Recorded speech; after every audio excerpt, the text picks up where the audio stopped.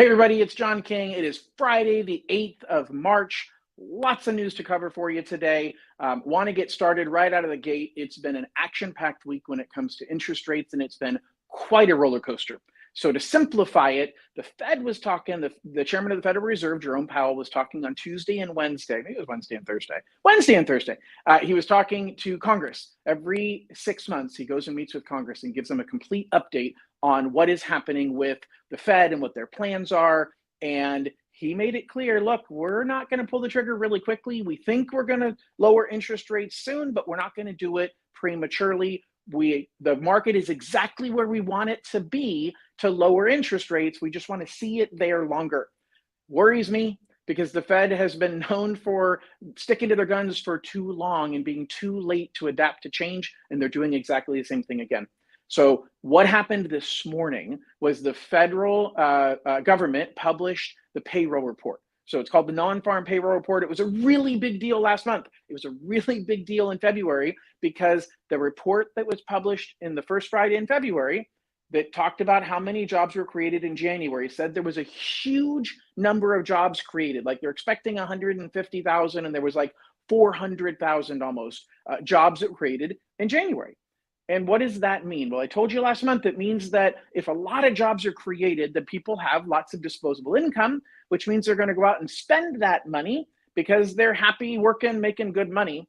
And spending lots of money means inflation. So the Fed is very worried about jobs growing too much. They actually would love to see jobs shrinking some. Now, there was a lot of speculation last month that that number really was out of whack. And then we had the inflation report that came out last month that also showed inflation going up, and it was a double whammy, and it caused rates to skyrocket back up to around 7% from maybe 6.25% to 6.5% in late January. Now, I've been telling you guys for the whole month of February, all the eyes were on today, and the payroll report today, in a way, was another repeat of January, the report that came out in February, because we had more jobs created than we expected. So what does that mean? Well, that should mean interest rates are going up because what they call the headline number, the number of jobs created, was way greater than about 50,000 jobs, I think, greater than what was expected. So that's really bad news. I was up at 5:30 this morning watching it, and I saw that, and my heart sank. And I thought, oh my gosh, here we go. Interest rates are going to keep going up because we've got 2 months in a row. But there's an interesting thing that happens with this report. This report gets revised for the next 3 months. So the number they put out February 1st, first Friday in February, is revised this month. And it's actually revised again next month. And then the final version doesn't come out until the first week of May on what the numbers that were published originally in February. And they revised it down by like 130,000 jobs.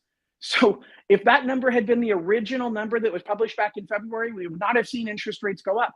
So even though this month we created more jobs than expected, they revised the number from last month way down. So the problem we had last month that was caused by, oh my God, there's too many jobs being created, wasn't really a problem after all. And that's the frustrating thing about these reports, is that the first report that comes out is the least accurate version. Here's the second thing that happened. There's a economic component called labor force participation. The jobs numbers, the unemployment numbers, talk about what percentage of the population is unemployed. Well, that is a skewed number because they ignore people who aren't looking for work. And that's called the labor force participation. What percentage of the American population is actually participating in the labor force? And then of those people, how many of them can't find a job? That's the unemployment number. So even though we added jobs in January, we added jobs in February, the unemployment rate went up. It went from 3.6 to 3.9% of the people that want to work are unemployed. How the heck does that happen? First of all, it's like any statistics. You can skew them any way you want. 92% of statistics are made up. Maybe that's made up too. I don't know. Anyway, the fact of the matter is, what they're saying is more people are looking for work. More people that weren't working are now looking for work, which makes it look like the jobs market is not as strong because you've got people who quit. They just gave up. They said, I don't want to look for work anymore. And so the report ignores those people and it says, if you're not looking for work, I'm not counting you as unemployed. Well, now those people are looking for work again. They've run out of their stimulus money they had saved up. They've run out of their credit card balances that they've been able to charge up. Credit card balances are at all-time highs. They've literally doubled in the last few years, and now it's coming home to roost. What does this all mean? Well, it means that interest rates ticked down just a little bit this morning, which is really good news. But the biggest question now becomes two things. What does the inflation report look like next week? On Tuesday of next week at 5:30 in the morning, the next inflation report comes out. And there's a lot of speculation that report's going to show inflation coming back down a little bit, which will just help further convince everybody, and the Fed in particular, that rates do in fact need to come down and they need to do it sooner. Now, the Fed's meeting later on this month, and I don't expect them to lower interest rates this month, but that doesn't, remember, what the Fed does not control mortgage rates exactly. It influences, because we're trying to predict, the market's trying to predict with mortgage rates where we think the Fed is going. By the way, I see a comment. I've got a little bit of weird setup today, so I got to kind of look over here. But Annie says the reports definitely aren't accurate. Actually, I can put this up on the screen right now. So Annie says the reports definitely aren't accurate. Sometimes I wonder if they are even about our country. The Fed seems to be playing some games, but the people are tired. Annie, I am with you. It is frustrating. It is beyond frustrating, especially because it's impacting the lives of everybody who's trying to buy a home, trying to start a business. These reports are all over the place. And it's very, very frustrating, especially because the Fed has said everything they wanted to see has happened, but they haven't yet pulled the trigger to start lowering interest rates. So next week is going to be critical when we get the inflation report and we see where that is at. I said this at the beginning of February.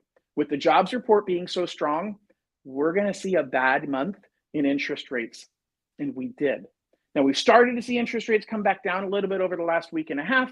This jobs report being not so strong, being kind of in the middle, it leaves a lot of room for things to go in our favor or against us based on where the inflation report is next week. So I'll give you more updates on that next Friday. In the meantime, guys, just know that I'm here to help guide you through the process. So if you know somebody who's thinking about purchasing a home, I actually have a lot of clients right now talking about refinancing, talking about, hey, John, I need to pull out some equity because I got to pay off that high interest debt. I'm doing a couple of reverse mortgages for clients. So it's a good time to do something based on your personal economy.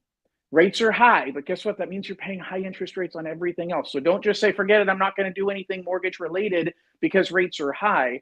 You got to look at the big picture of what your situation is, and I can help guide you in making that decision. So thanks for listening to me today. Hope you have an absolutely great week, and we'll talk to y'all soon. Bye-bye.